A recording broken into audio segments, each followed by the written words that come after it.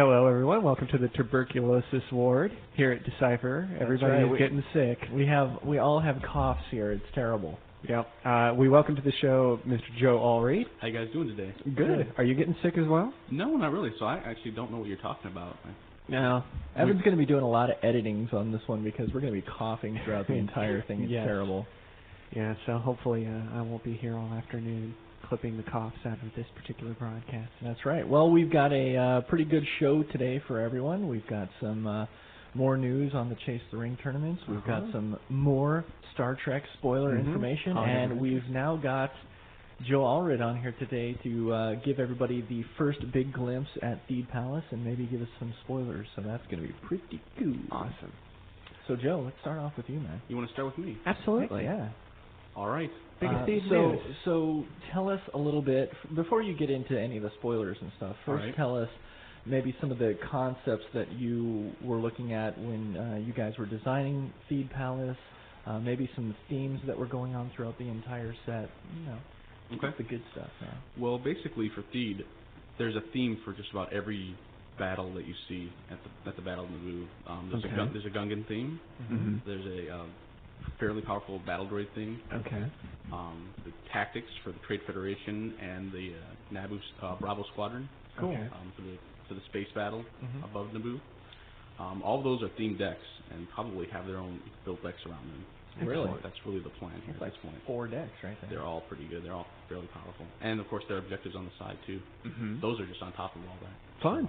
Now, there's another battle that we're missing, a very prominent lightsaber battle. Well, that was mostly Reflections 3. It was mostly in Reflections 3, although there are support cards, once again, for that stuff. We're reinforcing those mechanics here as well. Cool. Now, what kind of problems that were maybe in the tournament scene before Theed Palace were you guys looking at and trying to, help support certain strategies and maybe help curb some others? Well, really, we were looking to help some of the lightsaber combat battles that came out in Reflections 3, because those have only been out for a short time, and we're kind of getting some feedback on how people feel about those and, what can be helped for those decks. So we've done a little for that. Other than that, this is all fairly just powerful stuff. Not a lot of defensive cards in the set because we made so many defensive cards for Reflections 3. Right. Metagame for that. So this is all offensive. Yes. Cool. Pretty cool. That's all good stuff.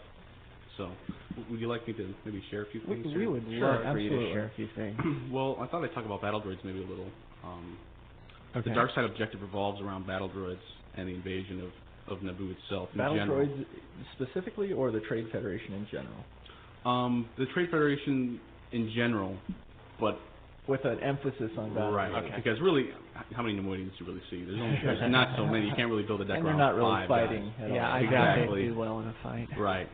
So what I have here is a card called Droid Racks, and basically it's a shot of the droids being unloaded through the MTTs, the multi-troop transports, and I'll just read this text off. Okay. Awesome. Is this how you guys do spoilers around Pretty here? much. You do it however you want, Joe. All right. Well, here you go. You use 4 force to deploy on the table. However, it deploys with the objective.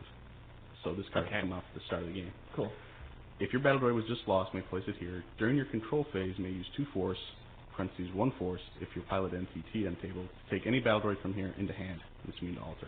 Okay, so you're sending all your droids that you lose from play to there. There's this massive recursive engine with battle droids, and they basically just keep coming back. And it's difficult to get rid of them. And they load up fast. Very a lot of them at sites really quick and stuff like that. So in playtest, they prove to be pretty powerful. So very cool. It'll be good fun.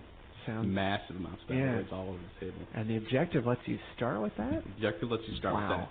The objective also lets you start with, for the first time, a starship on the table. Wow. That's kind of cool. Okay. That's, Very cool. I can maybe read between the lines there a little bit. Yeah, I'll just leave it at that. Sure. What's your favorite aspect of the set?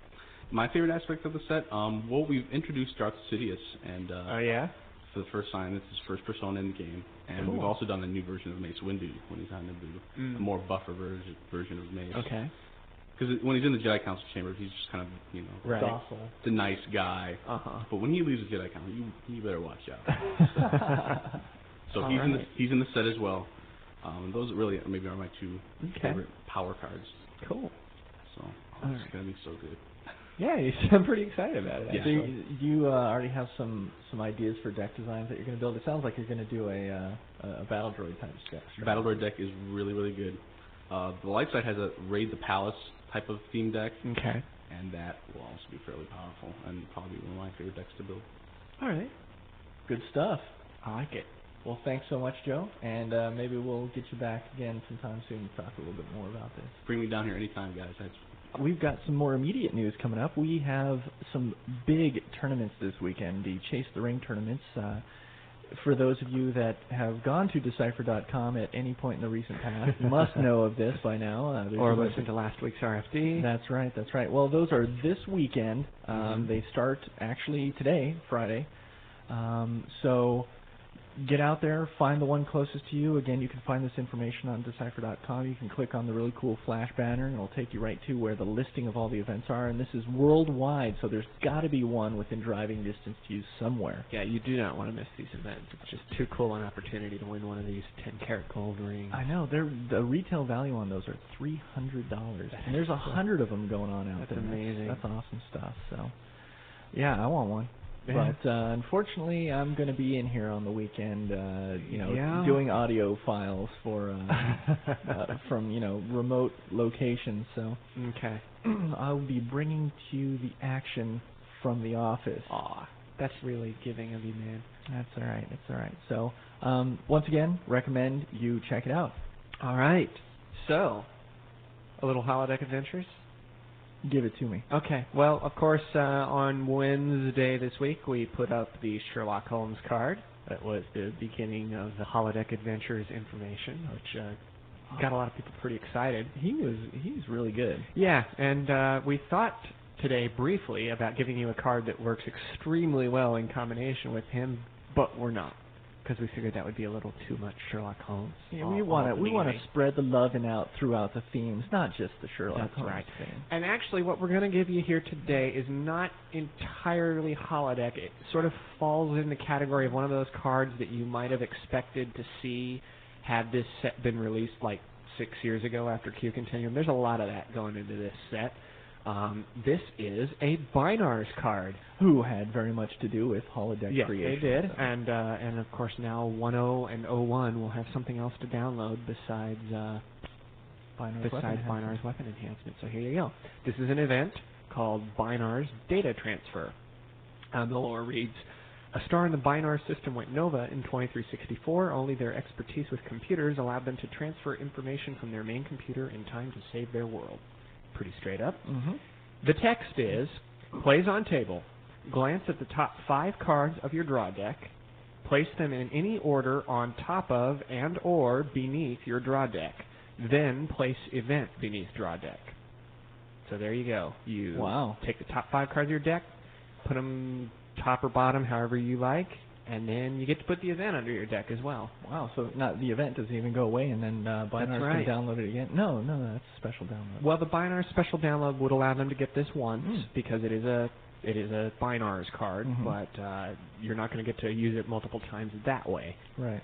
However, there's some other slickness going on in the set. There's another card in the set that is going to work really well with this Binars card, but that also won't be revealed today. And for those of you who are making spoiler lists, speculating about what's in the set, I will tell you that this is card number 17 and is an uncommon. So there are 16 cards before the event that starts with the word Binars. So there you go. Good stuff. All kind right. of an unusual picture of the Binars there. Yeah, they're looking a little shifty there, like they're doing something they're not supposed to. That's right. So you'll get to see that later on when we put that image up on the site. Great. Good Star Trek news. All right. So I will wait to give you more teasers. You'll see them as they go up on the website. It is important to note that next week is the holiday of Thanksgiving in the U.S., and so Decipher's offices will be closed both on Thursday and Friday, so there will be no Radio Free Decipher next week. Tragic, but you're going to be in Denver anyways. That's right. I'm going home for Thanksgiving, as many people do. That's right. And you can also expect that a lot of Decipherians will be taking vacation days next week. So if you try and contact the office by email, by phone, or whatever, and don't get a hold of people even on like Tuesday, Wednesday, Monday, that really won't be unusual. So next week is going to be a really quiet week around here. Just giving you the heads up on that. Yep. All right. Well, have a great weekend, everyone. Thanks for listening.